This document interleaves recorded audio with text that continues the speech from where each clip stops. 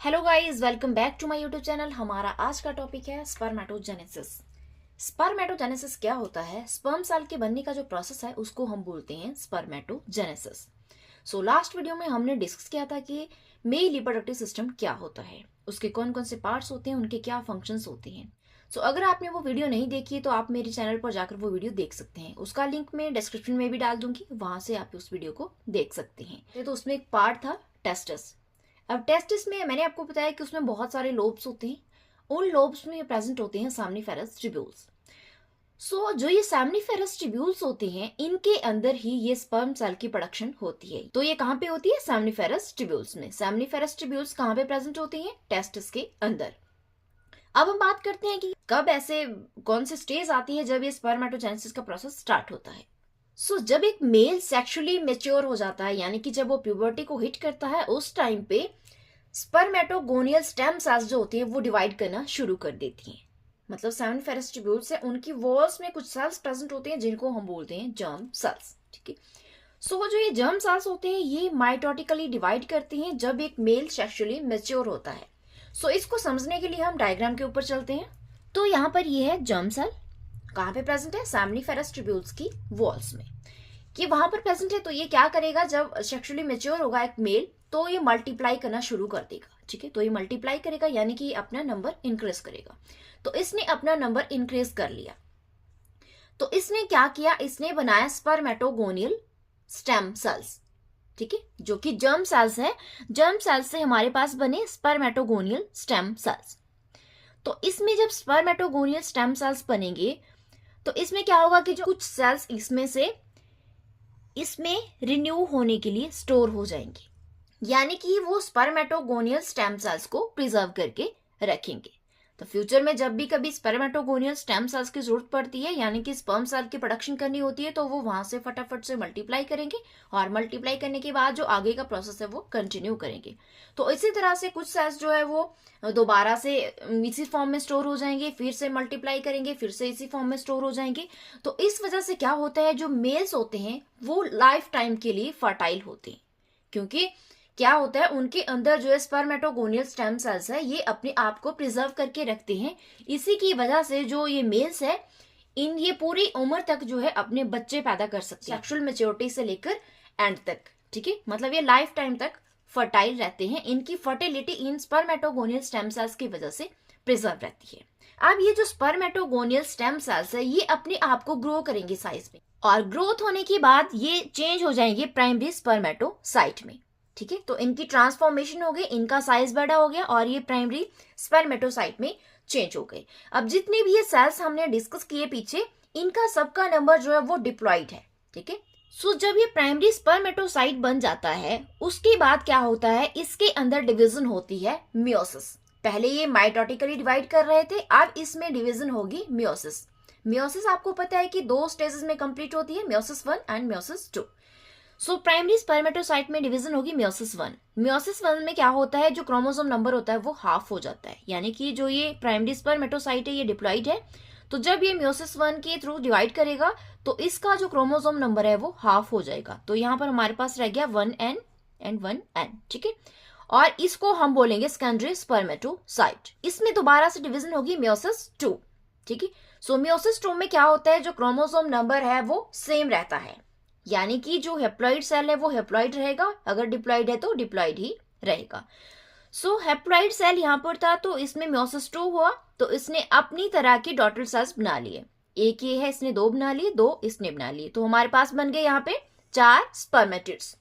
अब जो हमारे पास स्पर्मेटिड्स बन गए, ये खुद को सर्टोली सेल्स के अंदर ही एम्बेडेड रखते हैं। तो वहां पर इनकी जो फर्दर प्रोसेसिंग है वो होती है, उसके बाद ही यहाँ से रिलीज होते हैं। अब जो स्पर्मेटिड है, यहाँ पर आप देख सकते हैं इसकी राउंडेड शेप है। तो अब ये खुद को इलोंगेट करना शुरू कर देगा। ठीक है, इसका जो साइटोप्लाज्म है वो क्या करेगा, इस तरह से इसका एक्रोसोम बनाएगा, फिर इसका जो टेल रीजन है उसको बनाएगा, मिडिल पार्ट बनाएगा।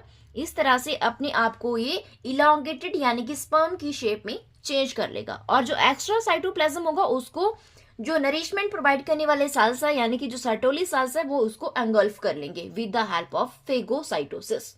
तो इस वजह से अब हमारे पास यहाँ पे बन गया स्पर्मेटोजोआ। स्पर्मेटिड से स्पर्मेटोजोआ, स्पर्मेटिड से स्पर्मेटोजोआ के बनने का प्रोसेस जो है उसको हम बोलते हैं स्पर्मियोजेनेसिस। अब स्पर्मियोजेनेसिस के बाद भी ये जो स्पर्म सेल्स है ये सर्टोली सेल्स में ही एम्बेडेड रहते हैं, यानी कि जहां से इनको नरिशमेंट मिलती है वहीं पे ये सारे चेंजेस होते हैं और ये खुद को वहीं पे एम्बेडेड रखते हैं। इसका जो हेड रीजन है ये उसके अंदर ही धंसा रहेगा। अब जब इनका प्रोसेस यानी कि कंप्लीट हो जाता है, पूरा स्पर्म बन जाता है, जो भी इसमें चेंजेस आने होते हैं, सो अब ये उन सर्टोली सेल्स से रिलीज होंगे और ये आ जाएंगे सेमनीफेरस ट्यूब्यूल्स में। ठीक है, सेमनीफेरस ट्यूब्यूल्स में आने के बाद ये रिलीज होंगे रेटिटेस्टिस में और रेटिटेस्टिस से ये रिलीज होंगे एपिडाइडिमिस में। और एपिडाइडिमिस वो रीजन है जहां पर इनकी फर्दर मैचुरेशन होती है। फर्दर मैचुरेशन का मतलब है कि वहां पर जाकर जो ये स्पर्म सेल्स है इसका जो एक्स्ट्रा पार्ट है, कोई भी अगर साइटोप्लाज्म रह जाता है, कोई फ्लूइड पार्ट रह जाता है, उसको रिमूव कर दिया जाता है और इनके अंदर मोटिलिटी आ जाती है, मतलब इनको मोटिलिटी प्रोवाइड की जाती है एपिडाइडिमिस में और अब ये एग को फर्टिलाइज करने के लिए कैपेबल होते हैं। सो इस तरह से जो स्पर्म सेल्स के रिलीज होने का प्रोसेस है उसको हम बोलते हैं स्पर्मेशन। ठीक है, यानी कि जो स्पर्म सेल्स है वो वहां से रिलीज होते हैं सेमनीफेरस ट्यूब्यूल से एपिडाइडिमिस को, उसको हम बोलते हैं स्पर्मेशन। सो अब आपको पता चल गया कि स्पर्म सेल्स की प्रोडक्शन किस तरह से होती है, लेकिन इसको कंट्रोल कौन करता है? तो स्पर्मेटोजेनेसिस में 3 टाइप के हार्मोन्स जो है वो स्पर्मेटोजेनेसिस को कंट्रोल करती है, GnRH, LH, FSH। ठीक है, सो जो ये GnRH हार्मोन होता है ये कहां से रिलीज होता है? हाइपोथैलेमस से। ये यहाँ पे आप देख सकते हैं, मैंने हाइपोथैलेमस यहाँ पे बना रखा है।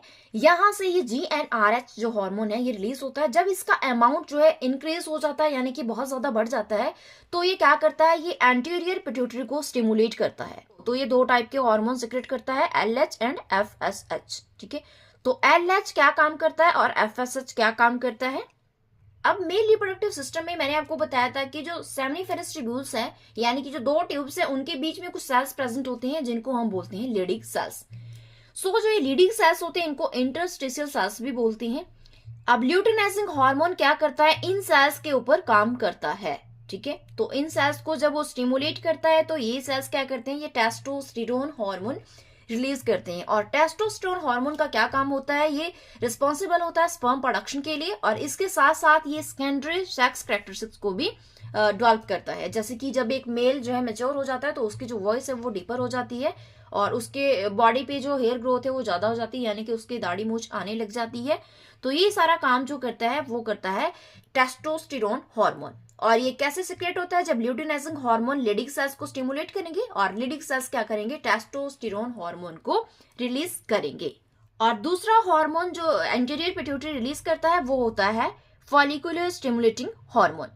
अब जो ये फॉलिकुलर स्टिमुलेटिंग हार्मोन है ये सर्टोली सेल्स के ऊपर एक्ट करता है, यानी कि इसका जो फंक्शन है उसको ये इंक्रीज कर देता है। तो सर्टोली सेल्स का फंक्शन क्या होता है? ये नरिशमेंट प्रोवाइड करते हैं डेवलपिंग स्पर्म्स को, यानी कि जो जर्म सेल्स डिवाइड हो रहे हैं, जो स्पर्म बना रहे हैं, उनको जो ये नरिशमेंट चाहिए होती है वो सर्टोली सेल्स प्रोवाइड करते हैं। तो जब ये इनका फंक्शन इंक्रीज करेगा तो ये ज्यादा नरिशमेंट प्रोवाइड करेंगे। सो इससे क्या होगा? जो जर्म सेल्स है वो फटाफट डिवाइड करेंगे और इससे ज्यादा स्पर्म सेल्स की प्रोडक्शन होगी। ठीक है, तो इस वजह से जो फॉलिकुलर स्टिमुलेटिंग हार्मोन है वो सर्टोली सेल्स को स्टिमुलेट करके इसका फंक्शन इंक्रीज करता है, जिसकी वजह से ये स्पर्म सेल्स की प्रोडक्शन को इंक्रीज करता है। और इसके साथ साथ जो फॉलिकुलर स्टिमुलेटिंग हार्मोन है ये एंड्रोजन बाइंडिंग प्रोटीन्स जो होती है उनकी सिक्रेशन को स्टिमुलेट करता है। जो ये एंड्रोजन बाइंडिंग प्रोटीन्स होती हैं ये सर्टोली सेल्स ही सिक्रेट करते हैं। एंड्रोजन्स का मतलब होता है कि वो हार्मोन जो प्रमोट करते हैं development of male sex characteristics. जो मेल के कैरेक्टरिस्टिक्स होते हैं उनकी डेवलपमेंट में जो हेल्प करते हैं उन हार्मोन्स को हम बोलते हैं एंड्रोजन। जैसे कि टेस्टोस्टेरोन है, ये भी एक टाइप का एंड्रोजन है। तो फॉलिकुलर स्टिमुलेटिंग हार्मोन क्या करता है? ये एंड्रोजन बाइंडिंग प्रोटीन की सिक्रेशन को स्टिमुलेट करता है सर्टोली सेल्स से। और जो एंड्रोजन बाइंडिंग प्रोटीन है ये क्या करती है? ये टेस्टोस्टेरोन के साथ बाइंड करती है और उसको ये कैरी करती है कहाँ को? एपिडाइडिमिस को। ठीक है, मतलब उसको मेल रिप्रोडक्टिव सिस्टम में कैरी करने का काम करती है एंड्रोजन बाइंडिंग प्रोटीन्स। सो इस तरह से ये हार्मोन्स जो है वो अपना रोल प्ले करते हैं स्पर्मेटोजेनेसिस के प्रोसेस में। आई होप आपको ये वीडियो पसंद आई होगी। अगर आपको मेरी वीडियो पसंद आई हो तो मेरी वीडियो को लाइक करना, मेरे चैनल को सब्सक्राइब करना और वीडियो को ज्यादा से ज्यादा शेयर करना। Thank you for watching.